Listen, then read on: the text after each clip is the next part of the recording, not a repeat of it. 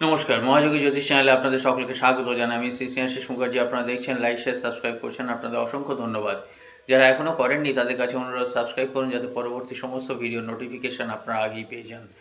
Online offline কনসালটেন্সির জন্য যোগাযোগ করতে পারেন। যারা শিখতে চাইছেন তারাও যোগাযোগ করতে পারেন। অ্যাস্ট্রোলজি, নিউমারোলজি, বাস্তু এবং ট্যারট আপনারা শিখতে পারেন।